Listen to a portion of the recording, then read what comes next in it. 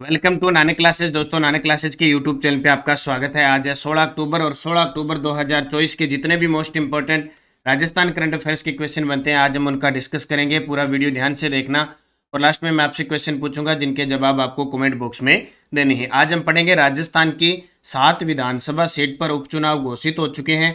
कब चुनाव होंगे, कब परिणाम आएंगे, उसकी पूरी विस्तृत चर्चा इस वीडियो में करेंगे।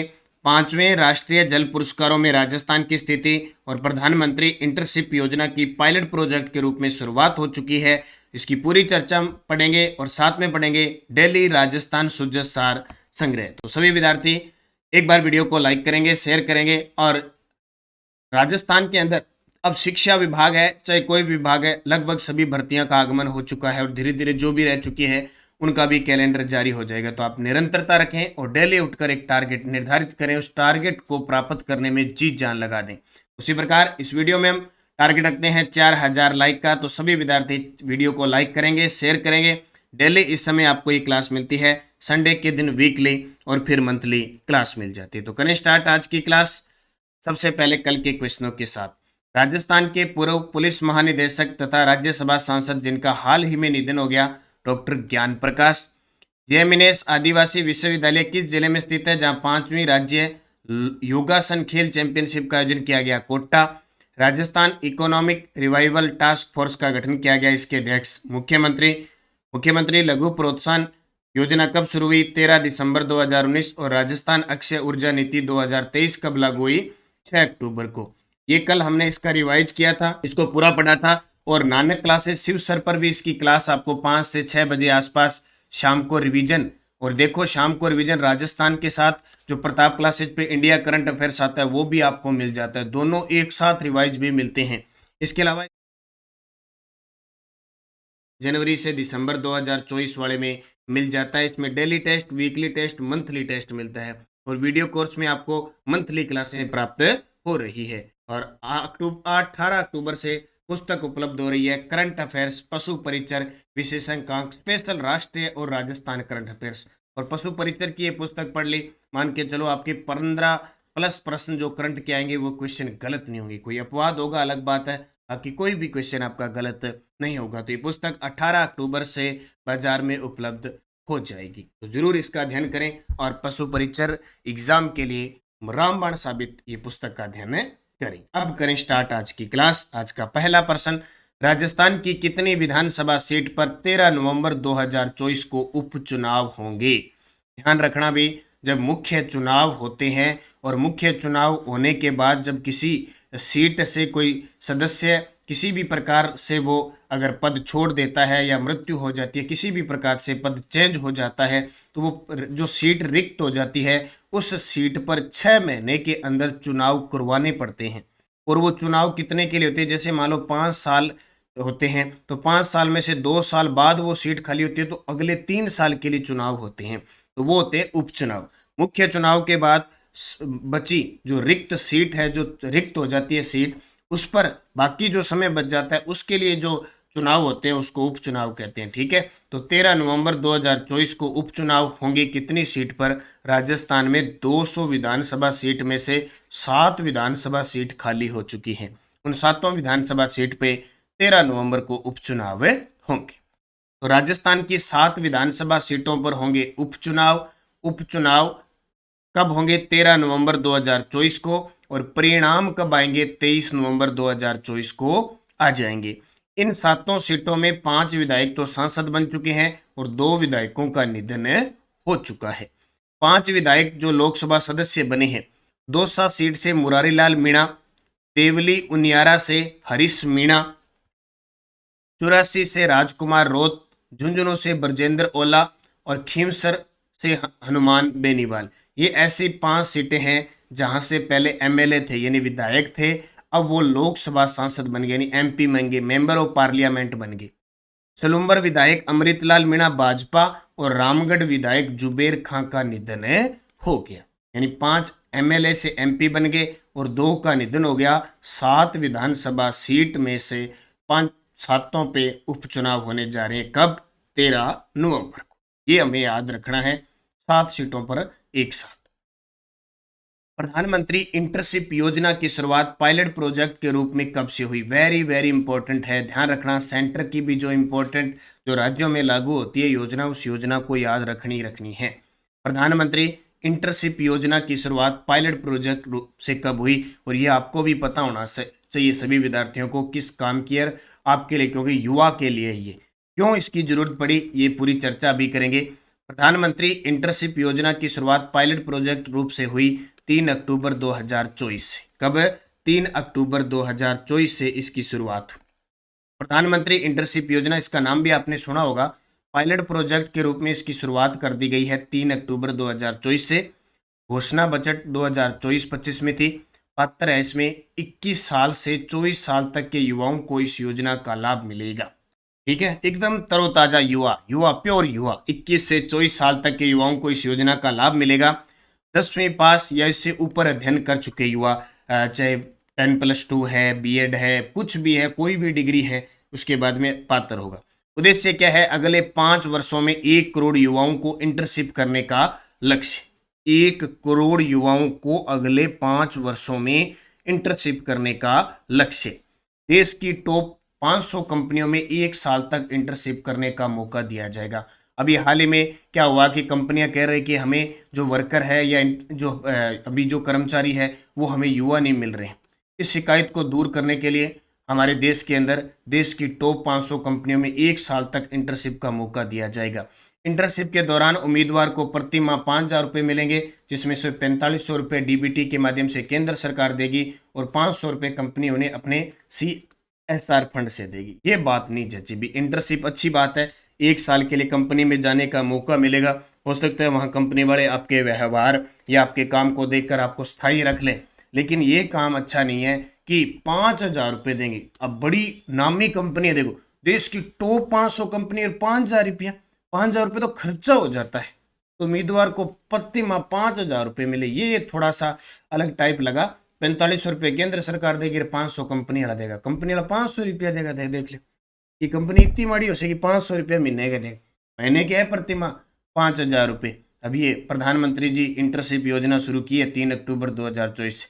युवा 21 से 24, अब 21 से 24 साल का युवा 5,000 रुपये में ही काम करेगा तो उसका हमारा देश तो विकसित हो गया।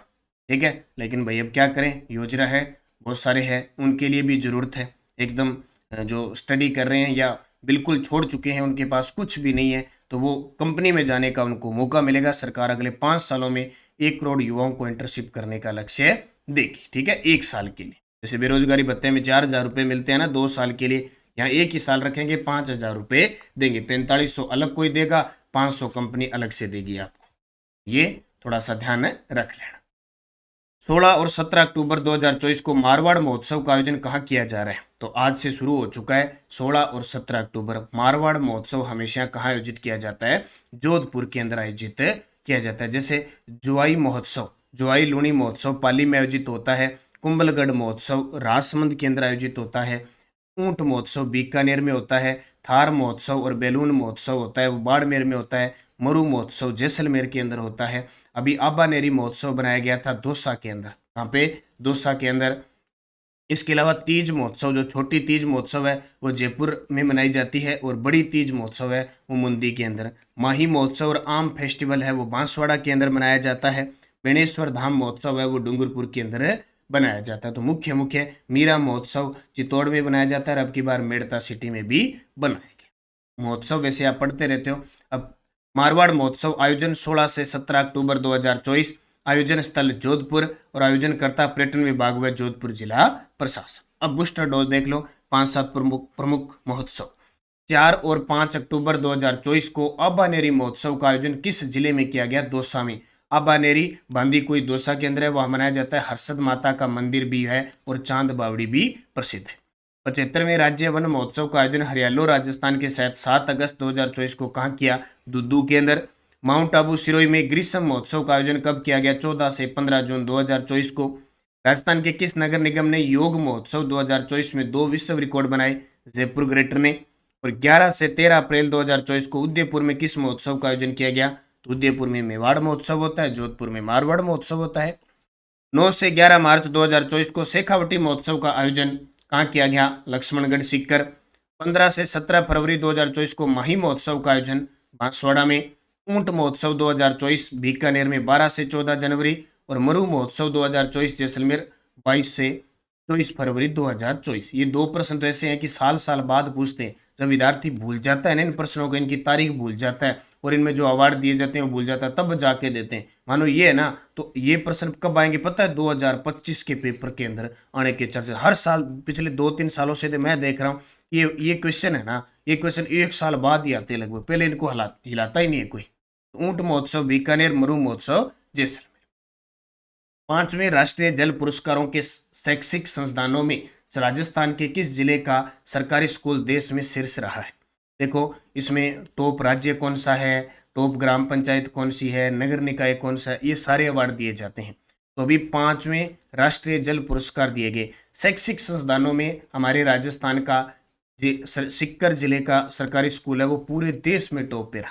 हमारे राज्य का तो नाम ही नहीं आया, क्योंकि टॉप 3-4 जारी किए जाते हैं, तो राज्य का तो नाम ही नहीं आया। सिर्फ एक नाम हमारा है कि सीकर जिले का एक सरकारी स्कूल है, वो शैक्षिक संस्थानों के अंदर राष्ट्रीय जल पुरस्कारों के अंदर पूरे देश में टॉप पे रहा है। थोड़ी सी लाज हमारे सीकर वालों ने बचा ली। तो 5वें राष्ट्रीय जल पुरस्कार 2023 के लिए जारी हुए। सर्वश्रेष्ठ राज्य आया ओडिशा।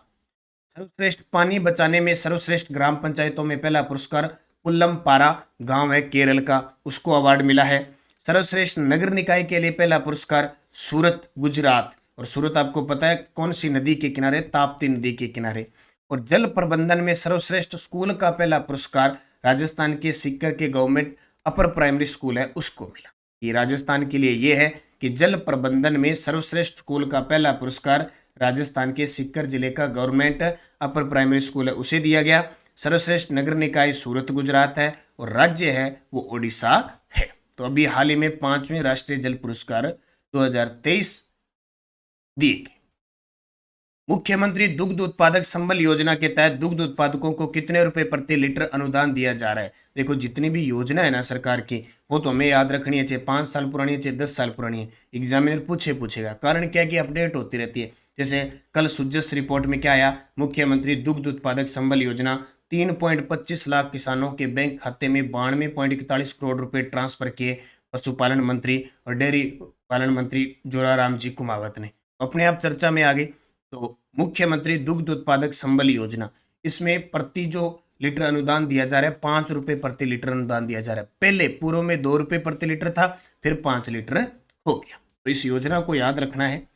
मुख्यमंत्री दुग्ध उत्पादक संबल योजना शुरुआत 1 अप्रैल 2013 को हुई थी, पुनः प्रारंभ हुई थी 1 फरवरी 2019 को। याद रखना, जब शुरुआत हुई थी तब 1 अप्रैल 2013 से वापस इसे पुनः प्रारंभ किया गया। पिछली सरकार ने 1 फरवरी 2019 को। बजट 2022-23 में दूध पर जो अनुदान राशि है उसको 2 रुपए प्रति लीटर से बढ़ाकर 5 रुपए प्रति लीटर कर दिया। तो ये अभी सुजस की ताजा अपडेट आई थी, इस कारण ये चर्चा में आ गई योजना। तो इस योजना को ध्यान रखना। प्रधानमंत्री ई बस सेवा के बारे में सत्य कथन बताओ। देखो मैं आपको बार बार कह रहा हूँ कि दिल्ली की क्लास होती है, जरूरी नहीं होती कि सारे प्रश्न इंपॉर्टेंट होते हैं।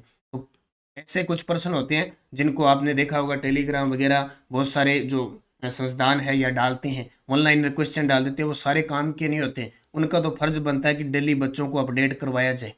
कई चीज़ें सिर्फ हमें पता होना चाहिए, लेकिन एग्जाम की दृष्टि से क्या क्वेश्चन है वो रखने जरूरी नहीं है। ऐसे तो राज्य स्तरीय, राष्ट्रीय स्तरीय बहुत टूर्नामेंट प्रतियोगिता होती है, कोई उल्टे सीधे बहुत सारे पुरस्कार होते हैं, वो सारे नहीं याद करने, पेपर के हिसाब से पढ़ना है। क्योंकि करंट वैसे ही ऑलरेडी बहुत हो चुका है, क्योंकि ये डिजिटल जमाना आ चुका है, पारदर्शिता। हर कोई टेलीग्राम पे कोई न्यूज की डाल देता है, कोई पीडीएफ बना के देता है, कोई वन लाइनर देता है। अब वो इतना सारा पढ़ोगे ना तो आपका ध्यान जो मुख्य है, मेन जो सब्जेक्ट है उनसे हट जाएगा। इसलिए मैं उतनी कोशिश करता हूं कि मुख्य क्वेश्चन दें। अगर नहीं बनते हैं, क्योंकि डेली अपडेट रखनी है क्लास को, तो इस प्रकार के क्वेश्चन हम अपडेट करते रहें ताकि हमें ये एग्जामिनर कभी पूछे प्रश्न तो हमारा गलत नहीं हो। तो प्रधानमंत्री ई बस सेवा के बारे में, क्योंकि कुछ विद्यार्थियों को मैंने देखा है वो कहते हैं सर उन्होंने तो ये करा दिया, आपने ये नहीं करवाया, सर उन्होंने ये करवा दिया। वो करवाने का कोई मतलब नहीं है। करवाने से हम सब कुछ करवा दें, बहुत कुछ करवा दें, लेकिन फायदा क्या है? फिर कचरा ही कचरा दिमाग में कर लोगे, पेपर में प्रश्न आ गया गलत नहीं होगा, उसका कोई फायदा नहीं है। इसलिए पॉइंट टू पॉइंट बात करेंगे तो आपके लिए भी अच्छा रहेगा और हमारे लिए भी अच्छा रहेगा, ताकि हम पॉइंट पर बात करें, जैसे अब दुग्ध उत्पादक है, ये चीज सुजस के अंदर आई है तो हमने इसको कोई मतलब नहीं, ये प्रश्न नहीं आएगा। प्रश्न यहाँ से पूछा जा सकता है कि कितने रुपए प्रति लीटर, और ये अनुदान वाला प्रश्न आ चुका है 5 रुपए। इसलिए उस चीज को गौर करना जरूरी है। ऐसे करंट बहुत है, दुनिया बहुत पढ़ा रही होगी, दुनिया बुक निकाल रही होगी और करती होगी, लेकिन फिक्स मैटर क्या पढ़ना है, कहाँ से प्रश्न आ सकता है, उतनी पढ़ेंगे ना, उससे मतलब है। तो प्रधानमंत्री ई बस सेवा के बारे में सत्य कथन बताओ। ई बस सेवा का प्रारंभ 16 अगस्त 2023 को हुआ। राजस्थान के 8 शहरों में 500 ई बस सेवा का संचालन किया जाएगा। शहरी क्षेत्र में बढ़ते प्रदूषण को कम करना इसका उद्देश्य है। तो सारे के सारे सत्य। अब प्रश्न क्या आ सकता है, ई बस सेवा, हमें पता है कि इलेक्ट्रॉनिक बस सेवा तो प्रदूषण होगा ही नहीं, तो मेन तो शहरी क्षेत्र में बढ़ते प्रदूषण को रोकने के लिए इसका टारगेट है, ये बसें रही। और राजस्थान के 8 शहरों में 500 ई बसों का संचालन होगा। ये पहले से बजट में घोषणा हो चुकी है 2024-25 के। और ई बस सेवा प्रधानमंत्री के द्वारा इसकी शुरुआत की गई 16 अगस्त 2023 को। क्योंकि आपने देखा होगा कि सरकार ने जो बजट जारी किया था, केंद्र सरकार में क्या चल रहा है उसी के अनुरूप सारा काम किया है। प्रधानमंत्री ई बस सेवा प्रारंभ 16 अगस्त 2023। उद्देश्य शहरी क्षेत्रों में बढ़ते प्रदूषण को कम करना। राजस्थान के 8 शहरों में 500 ई बस सेवाओं का संचालन किया जाएगा और लगभग सबसे ज़्यादा जयपुर में आ जाएगी। 8 शहरों में 500 में से लगभग 250-200 बसें तो अकेली जयपुर में मिलेगी। सुजस रिपोर्ट, मतदान 13 नवंबर को, परिणाम 23 नवंबर को। पूरी डिटेल हमने इसकी पढ़ ली। और ये देखिए, अब प्रश्न बनने को तो ये बन जाए, म्यूनिक जो जर्मनी है वहाँ पे कंपनियों को राइजिंग राजस्थान में शामिल होने का न्योता दिया है मुख्यमंत्री ने, क्योंकि 9 से 11 इन्वेस्ट समिट योजना का राइजिंग आयोजन हो रहा है जयपुर के अंदर। तो अब ये प्रश्न बनाने का कोई मतलब नहीं। अगर कल कोई एग्जामिनर यहाँ से प्रश्न दे देगा तो कोई पूरा थोड़ी आएगा इनका, क्योंकि ये तो कभी मुंबई में रोड शो, कभी कोरिया में, कभी जापान में, तो इतनी चीज़ें, कई बार एक आधा प्रश्न ऐसा आ जाता है वो अपवाद होता है, हमें छोड़ना पड़ता है।